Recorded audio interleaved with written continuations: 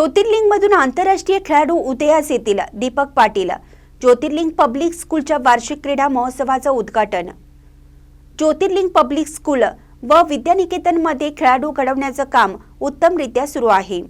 यामुळे आज या प्रशाळेचे अनेक खेळाडू राज्य आणि राष्ट्रीय स्पर्धेत सहभाग नोंदवला आहे. ही खरोखरच प्रशाळेच्या दृष्टीने अभिमानाची बाब असून असाच क्रीडा क्षेत्रात आलेख चढता राहिल्यास निश्चितपणे ज्योतिर्लिंगमधून आंतरराष्ट्रीय खेळाडू उदयास येतील, असे प्रतिपादन महाराष्ट्र राज्य कबड्डी व भारतीय विद्यापीठ कबड्डी संघाचे प्रशिक्षक दीपक पाटील यांनी केलं. ते ज्योतिर्लिंग पब्लिक स्कूल व विद्यानिकेतन मालेच्या वार्षिक क्रीडा महोत्सवाच्या उद्घाटन समारंभाप्रसंगी प्रमुख पाहुणे म्हणून बोलत होते.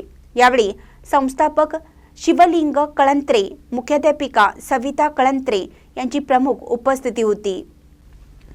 प्रमुख पाहुण्यांचे अत्यंत थाटामाटात स्वागत करण्यात आलं. शाळेच्या विद्यार्थ्यांनी उत्कृष्टरित्या केलेले संचलन, आकाशात सोडण्यात आलेले बलून, फुगे, क्रीडा ज्योतीचे आगमन होऊन मान्यवरांच्या हस्ते प्रज्वलित करण्यात आलं. तसेच क्रीडा ज्योत व काटेकोर असलेले नियोजन यामुळे एखाद्या राष्ट्रीय अथवा अश्वमेध स्पर्धेची अनुभूती मिळत होती. यानंतर प्रमुख पाहुण्यांच्या हस्ते क्रीडा ध्वजाचे ध्वजारोहण करण्यात आले.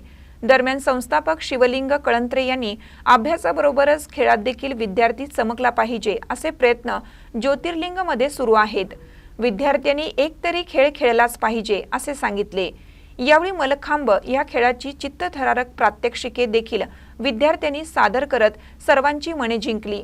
यानंतर क्रीडांगणाचे पूजन करण्यात आले. सूत्रसंचालन उपमुख्याध्यापक SM कांबळे यांनी केलं.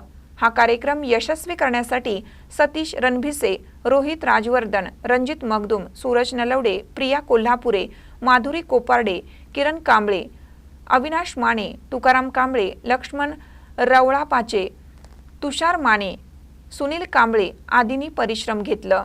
महानकर न्यूजसाठी संतोष पाटील, माले. ताज्या बातम्यांसाठी महानकरेला सबस्क्राईब करा आणि बेल आयकॉनला क्लिक करा.